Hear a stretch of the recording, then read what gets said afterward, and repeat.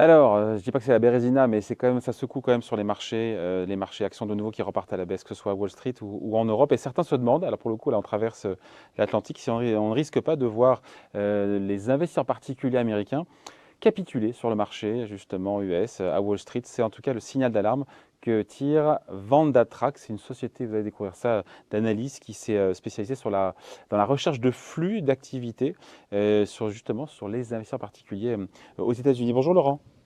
Bonjour David, Ça va? ça va et vous? Mieux que le CAC 40, hein. Bon, je le disais dans le lancement, non, tout ça n'est pas très réjouissant. On a quand même eu des séances absolument atroces aux États-Unis cette semaine avec des plongeons entre 3 et 5.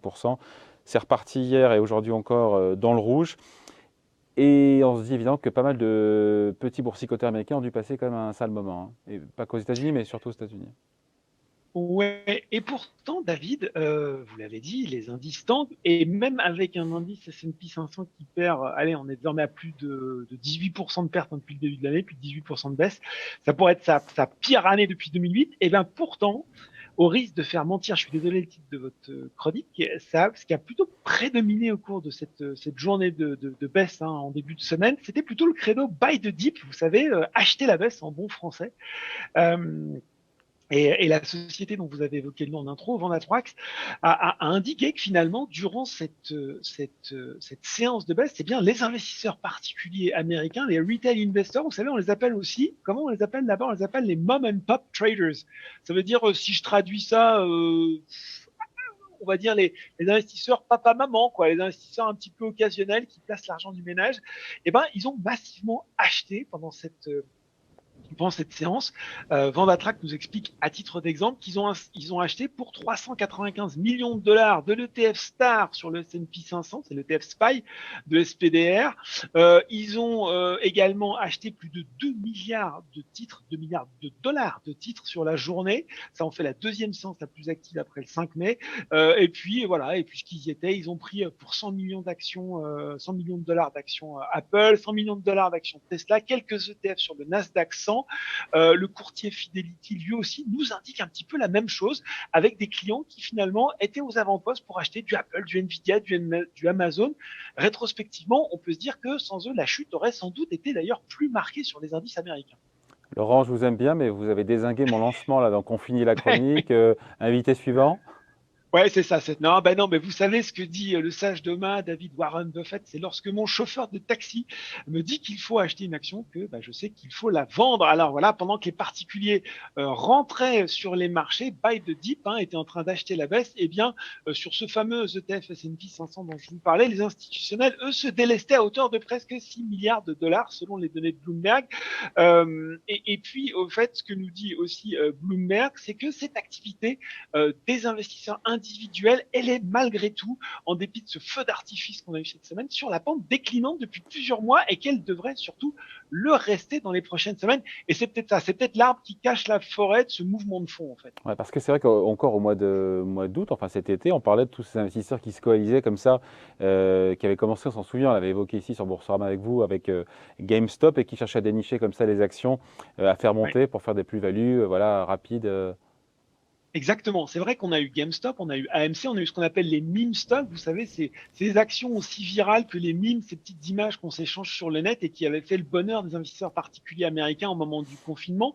On va pas refaire l'histoire, mais GameStop, où effectivement, ça c'était vous l'avez dit, cette coalition d'investisseurs particuliers qui avait soutenu le cours de ce distributeur de jeux vidéo. On a eu le cas cet été, vous l'avez dit très justement, avec Bed Bath and Beyond, c'est pas facile à dire. C'est un géant américain des articles de maison. Alors vous trouvez tout, hein, là-bas, du tapis de salle de bain au petit ameublement.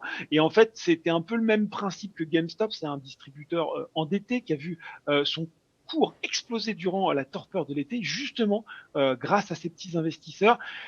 Avant de retomber lourdement, il y a même eu le tragique suicide de son directeur financier, mais justement, David, là aussi, c'est peut-être un signal un peu contre-intuitif puisque ces épisodes, ces feux de paille sont de plus en plus isolés, ils retombent de plus en plus vite et on se rend compte que finalement, cette frange des investisseurs les plus spéculatifs a tendance à avoir quitté le marché, surtout pour des investisseurs qui, en moyenne, là aussi, nous dit la société Vendatrack, ont perdu 25% sur leur portefeuille depuis le début de l'année. Donc on pourrait assister à une forme de capitulation de la part des particuliers, capitulation spéculation, on rappelle, c'est quand on vend sans distinction comme ça, C'est en ça, panique, les valeurs qu'on a en vente panique, portefeuille. quoi. Exactement. Et ben c'est un peu ce que nous disent les analystes de Vendatrack. Ils nous expliquent en gros que voilà, ça commence à faire lourd, surtout que finalement, quand on le compare avec la perte des indices, certes, vous l'avez dit, qui est marquée depuis le début de l'année, mais qui est moins importante que celle des investisseurs individuels. S'ils arrivaient à un moins 30 de perte, on pourrait se retrouver à ce signal de vente panique. C'est l'analyse de Vanda qui dit Giacomo Pierre-Anthony, la probabilité d'une capitulation des particuliers a fortement augmenté, d'autant plus si les actions devaient tomber sous leur plus bas niveau de juin dernier. On n'est pas si loin, hein, David, parce que pour le Nasdaq, c'était autour de 10 600 points, 3 600 pour le S&P 500. Il y a la Fed qui parle la semaine prochaine. On a eu cette mauvaise surprise de l'inflation, on va pas refaire l'histoire. Certains maintenant nous indiquent peut-être 1% de hausse des taux pour la Fed. De quoi peut-être mettre un petit coup de stress et rapprocher nos investisseurs particuliers de la crise de nerfs dont vous parliez. Donc, avis de gros temps finit là-dessus, peut-être sur la cote américaine à Wall Street. C'est d'ailleurs ce que tire en filigrane, en gros, c'est ce que concluent les analystes de Vendatrack, hein. Oui, avec cette conclusion un peu cynique qu'on a déjà entendue, qui est de dire, finalement, ce mouvement de capitulation des particuliers, ça va entraîner une nouvelle chute des marchés, mais ce sera peut-être l'occasion pour les institutionnels de se Ah oui, en effet. replacer. Ouais. Voilà, hein, ouvrant, je Sympa cite la pour eux. porte, un rebond plus durable, une conclusion un peu cynique, mais à laquelle Wall Street nous a déjà habitués. Allez, merci beaucoup, Laurent. Bonne journée, salut. Merci David.